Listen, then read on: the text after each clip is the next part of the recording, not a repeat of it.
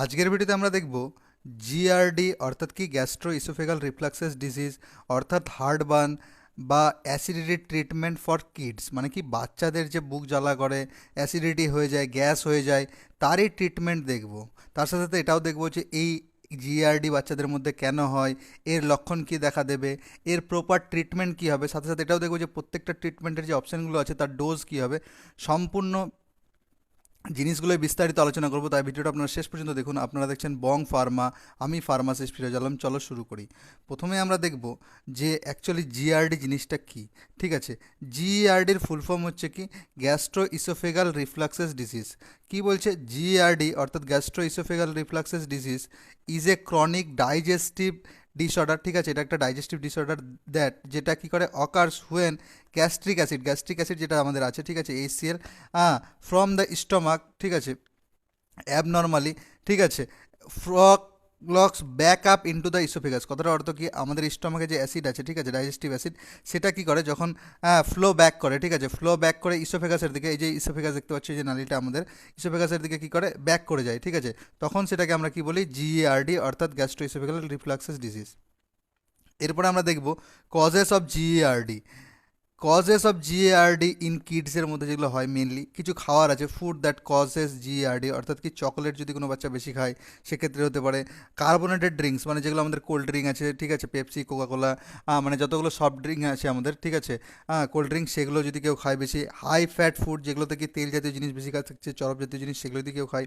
Citrus food, ঠিক আছে, citrus food অর্থাৎ কি যে লেবু জাতীয় ফুডগুলো যেগুলো আছে, ঠিক আছে, সেই লেবু জাতীয় যদি ফুডগুলো খেয়ে থাকে, তাহলে টমেটো বা টমেটো সসেস, ঠিক আছে, যে টমেটো খায় বা টমেটো যে সসগুলো পাওয়া যায়, ক্যাচআপ, ঠিক আছে, অথবা কি স্পাইসি ফুড, প্রচুর মশলা জাতীয় জিনিস যদি কোনো বাচ্চা খায়, তাহলে তাদের এই জিআরডি হওয়ার সম্ভাবনা থাকে।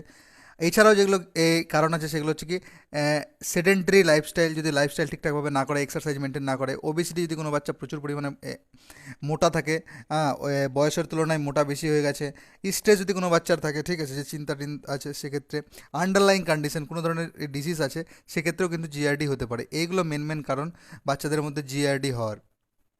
এরপরে আমরা দেখব symptoms of GERD in kids, মানে জিএআরডি যদি কোনো বাচ্চার হয় তাহলে লক্ষণ কী কী দেখা দেবে। প্রথমত হচ্ছে হার্ট বার্ন, মানে বুক জ্বালা করবে। নজিয়া অ্যান্ড ভমিটিং, মানে বমি বমি ভাব পাবে বা বমি করবে। Pain in the chest or upper part of the abdomen, কী বলছে, যে এই বুকের যে আছে সে বুকটা ব্যথা করবে, এবং যে পেটের আপার পার্টটা আছে, মানে উপরের দিকটা আছে, সেটা ব্যথা করবে, মানে পেট ব্যথা করবে। Problems with swallowing or pain while swallowing, মানে যে স্যালোয়িং করছে সেই টাইমটা থেকে ব্যথা করতে পারে, বা যখন করছে তখন হবে। ফ্রিকোয়েন্ট বার্পিং আর হিপস্কাপ, বার্পিং মানে হচ্ছে ঢেকুর তলা, ফ্রিকোয়েন্ট মানে বারবার ঢেকুর তুলবে, আর হিপস্কাপ মানে হচ্ছে কি হিচকি উঠবে বারবার, সেক্ষেত্রে হতে পারে। A sore or acidic taste in mouth, কি বলছে, মুখে অ্যাসিডিক টেস্ট বা সোর মানে হচ্ছে কি টক জাতীয় যে টেস্ট, সেটা ফিল করবে। এছাড়াও কি কিছু কিছু বাচ্চার কি কাফিং হতে পারে অ্যান্ড গ্যাগিং হতে পারে। ওয়েট বার্প অ্যান্ড হিপস, বললাম যে ঢেকুর আর এই হাঁচি উঠবে। কোলিক অ্যান্ড ইরিটেবিলিটি, ঠিক আছে, ফ্রিকোয়েন্ট বমিটিং হতে পারে। Heavy breathing with a wheezing sound, আর কি স্পিটিং আউট মিল্ক, ঠিক আছে, মুখ থেকে কি দুধ তুলে দেবে। এই ছিল কি symptom of GRD in kids. এরপর আমরা দেখব ট্রিটমেন্ট। তো ট্রিটমেন্ট, আমরা জিআরডি ট্রিটমেন্ট যদি বাচ্চাদের মধ্যে হয়, ট্রিটমেন্ট অফ অ্যাসিডিটি বা জিআরডি ফর কিডসের মধ্যে তিন ধরনের মেডিসিন ইউজ করা হয়। একটা হচ্ছে অ্যান্টাসিড, মানে যেগুলো সিরাপগুলো আছে, ডাইজিন, গেলুসিল, প্যান এমপিএস, এই যে সিরাপগুলো হচ্ছে অ্যান্টাসিড। আর এইচ টু ব্লকার্স, এর সেকেন্ড অপশন হচ্ছে এইচ টু ব্লকার্স, অর্থাৎ কি র্যানিটিডিন, যে অ্যান্টেক সিরাপ আছে সেটা, বা ফেমোটিডিন, যেটা ফেমোসিড টপসিড নামে পাওয়া যায় সেটা। আর তিন নম্বর যেটা সব থেকে বেটার অপশন, সেটা হচ্ছে প্রোটন পাম্প ইনহিবিটার্স, অর্থাৎ পিপিআইগুলো, ঠিক আছে, যেরকম কি লেন্সোপ্রাজোল, ওমেপ্রাজোল, ইসেমাপ্রাজোল, এই ড্রাগগুলো ইউজ করা হয়। তো প্রথমত আমরা দেখবো যে অ্যাসিড, অ্যান্টাসিড যেগুলো আছে, ঠিক আছে, অ্যান্টাসিড যেগুলো আছে, ঠিক আছে, যেরকম কি ডাইজিন, গেলুসিল, প্যান এমপিএস, এই সিরাপগুলো কি অ্যাভয়েড করা হয় আন্ডার 6 মানে 6 বছরের নিচের বাচ্চাকে এগুলো অ্যাভয়েড করা হয়, এগুলো দেওয়া হয় না, ঠিক আছে। তো অ্যান্টাসিড হিসাবে এগুলো যখন ব্যবহার করা হয়, সেটা হচ্ছে কি ইউজ অ্যান্টিফোমিং এজেন্ট ইউজ করা হয়, যেটা কি সিমেথিকন। সিমেথিকন হচ্ছে একটা অ্যান্টিফোমিং এজেন্ট, সেটা ইউজ করা হয়, যেটা কি কলিক্যাম নামে, কোলিক কোলিক এড নামে, বা কলিজা নামে, বা আদার্স কি ডিকোলিক নামে, ডিকোলিকেও থাকে দেখে নেবে, বা কলিমেক্সও থাকে দেখে নেবে। এই সিমোথিকনটা ইউজ করা হয় অ্যান্টাসিড রূপে, ঠিক আছে। তবে এই যে সিরাপগুলো আছে, ডাইজিন, গেলুসিল, প্যানএমপিএস, বা যেগুলো অ্যান্টাসিড সিরাপ আমরা জানি, ঠিক আছে, সেগুলো কি করা হয়, অ্যাভয়েড করা হয়। এরপরে যেটা অপশন বললাম সেটা হচ্ছে কি H2 ব্লকার্স। তো H2 ব্লকার্স যেটা ব্যবহার করা হয় আমাদের জিআরডিতে, সেটা হচ্ছে কি র্যানিটিডিন একটা ড্রাগ, আর একটা ফেমোটিডিন ড্রাগ ব্যবহার করা হয়। এই দুটো ড্রাগ ব্যবহার করা হয়। তবে র্যানিটিডিন কি আমাদের দেশে গভর্নমেন্ট দ্বারা ব্যান করে দিয়েছে, ঠিক আছে, মানে বন্ধ করে দিয়েছে। কেন? কারণ এর মধ্যে একটা কার্সিনোজেনিক অর্থাৎ ক্যান্সার প্রডিউসিং কেমিক্যাল পাওয়া গেছে, যেটা হচ্ছে কি এন নাইট্রো সোডিমেথাইলামিন, ঠিক আছে। এইটা পাওয়ার জন্য কি করেছে আমাদের রেনিটিডিন বন্ধ করে দিচ্ছে। তো কি বাচ্চাদের যে র্যানটেক্স যেটা সিরাপ আছে, মানে রেনিটিডিন যদি সিরাপ কোথাও দেখা যায় বা রেনিটিডিন ট্যাবলেট, সেটা বন্ধ করে দিয়েছে, মানে সেটা ব্যান করে দিয়েছে, সেটা আর ইউজ করা হয় না। দেখবেন যে এখন অ্যাসিলকে যে থাকছে সেটা অ্যাসিলকটাও চেঞ্জ হয়ে ফেমোটিডিনে চলেছে। তো যদি সেকেন্ড যে ড্রাগটা আছে সেটা হচ্ছে ফেমোটিডিন ইউজ করতে পারেন। তারপরে ফেমোটিডিন 20 mg, বড়দের জন্য 40 mg আছে, বাচ্চাদের জন্য 20 mg আছে। এটা পপুলার ব্র্যান্ড নেম কি ফেমো সিড 20 বা টপ সিড 20 বা ফেমটেক 20 নামে আছে, ঠিক আছে, অ্যাবট কোম্পানির। তো আপনারা দেখে নেবেন তার মধ্যে ফেমোটিডিন 20 mg আছে কিনা। সেটা কি বিবিএফ রিকমেন্ডেশন করা হয়, বিফোর মানে হচ্ছে বিফোর ব্রেকফাস্ট, ঠিক আছে। তবে এটা কি 30 মিনিটস বিফোর মিলও দেয়, ঠিক আছে, মানে যে কোনো কিছু খাওয়ার 30 মিনিট আগে রেকমেন্ডেশন করা হয় পিডিয়াট্রিশিয়ান দ্বারা। এরপর তৃতীয় নম্বর যেটা অপশন আছে সেটা হচ্ছে কি proton pump inhibitors. Proton pump inhibitors হচ্ছে অর্থাৎ পিপিআই। এটাই সব থেকে ভালো জিআরডির জন্য মেডিসিন এবং সব থেকে বেশি চলে এবং সব থেকে সেফ।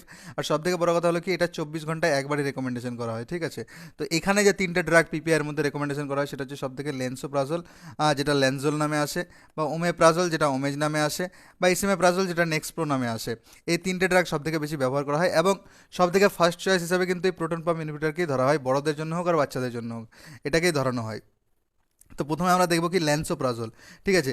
যে ল্যান্সোপ্রাজল ড্রাগটা আছে, তো ল্যান্সোপ্রাজল 30 mg আছে আর 15 mg আছে, ঠিক আছে, ডিটি নামে আছে, ঠিক আছে, ডিসপার্সিবল নামে পাওয়া যায়। তো এই যেটা 15 mg বাচ্চাদের জন্য রেকমেন্ডেশন করা হয়, যেটা পপুলার ব্র্যান্ড নেম কি জুনিয়র ল্যানজোল নামে পাওয়া যায়, বা ল্যান্সোফোর্ড 15 নামে পাওয়া যায়, বা ল্যান্সোপ্রো 15 নামে পাওয়া যায়, বা কি ল্যানফিল নামে পাওয়া যায়, বা কি ল্যান্সোজয় নামে পাওয়া যায়, বা আরও দেখে নেবে এইসব ল্যান্সোপ্রাজল 40 mg আছে কিনা। আর এটা রেকমেন্ডেশন করা হয় বিফোর মিল, ঠিক আছে, বিফোর মিল মানে 30 মিনিট আগে, যে কোনো কিছু খাওয়ার আগে। বিএম মানে হচ্ছে কি বিফোর মিলস মানে খাওয়ার আগে, ঠিক আছে। তো 30 মিনিট আগে রেকমেন্ডেশন করা হয়। আর যেহেতু এটা পিপিআই গ্রুপের ড্রাগ, তো এটা 24 ঘন্টায় একবারই দেওয়া হয়, ঠিক আছে। আর এটা ডোজ দেওয়া হয় কি ওয়েট হিসাবে, বাচ্চার ওয়েট হিসাবে, মানে ওজন হিসাবে দেওয়া হয়। যদি 30 mg-র নিচে থাকে বাচ্চার ওজন, তাহলে কি 15 mg দেওয়া হয় দিনে একবার, ঠিক আছে। হ্যাঁ, সর্বদাই কি খালি পেটে রেকমেন্ডেশন করা হয়। তবে অনেক সময় কি হয় যে দিন টিন চলে যায়, তখন খাওয়ার 30 মিনিট আগে রেকমেন্ডেশন করা হয়। আর কি বললাম, যদি 30 কেজির উপরে বাচ্চা থাকে তাহলে 30 mg রেকমেন্ডেশন করা হয়। এরপরে যেটা নেক্সট ড্রাগ আছে সেটা হচ্ছে কি ওমেপ্রাজল। দ্বিতীয় নম্বর যেটা ড্রাগ আছে সেটা হচ্ছে ওমেপ্রাজল। ওমেপ্রাজল 20 mg-র স্যাচেট পাওয়া যায়, ঠিক আছে, যেটার পপুলার নাকি ওমেজ ইনস্টা নামে পাওয়া যায়। তাছাড়াও দেখে নেবে আরও কোম্পানিরও পাওয়া যায় ওমেপ্রাজল স্যাচেট পাওয়া যায়। সেটাও কি বিএম রিকমেন্ডেশন করা হয়, মানে বিফোর মিল 30 মিনিট আগে। এবং যেহেতু পিপিআই ড্রাগ, তো এটাও 24 ঘন্টায় একবার রেকমেন্ডেশন করা হয়। আর এর ডোজটাও থাকে কি ওয়েট হিসাবে, বাচ্চার ওজন হিসাবে থাকে। তো যদি বাচ্চার 10 কেজির নিচে বয়স থাকে তাহলে কি 1/4 দেওয়া হয়, মানে কি এই এক চা স্যাচেটের 4/1 দেওয়া হয়, ঠিক আছে, 20 ml জলে, ঠিক আছে, জলে ঘুলে খেতে বলে। এরপরে যদি বাচ্চার বয়স 10 কেজির উপরে থাকে তাহলে কি হাফ স্যাচেট দেওয়া হয়, মানে কি এই স্যাচেটটার হাফ রেকমেন্ড করা হয়, ঠিক আছে, 20 ml জলের সাথে মিশিয়ে। আর যদি বাচ্চার বয়স 30 কেজির উপরে থাকে তাহলে ফুল স্যাচেট খেতে বলে 20 ml জলে মিশিয়ে, ঠিক আছে। আর এবং খাওয়ার 30 মিনিট আগে বা 24 ঘন্টায় যে কোনো একবার খালি পেটে খেতে বলা হয়।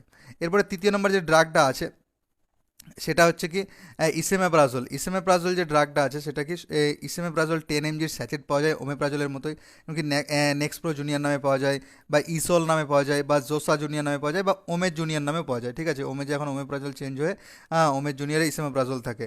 এটাও রেকমেন্ডেশন করা হয় বিএম মানে বিফোর মিল, মানে খাওয়ার 30 মিনিট আগে, অথবা কি বিবিএফ মানে বিফোর ব্রেকফাস্ট। আর এটাও 24 ঘন্টায় একবার রেকমেন্ডেশন করা হয়।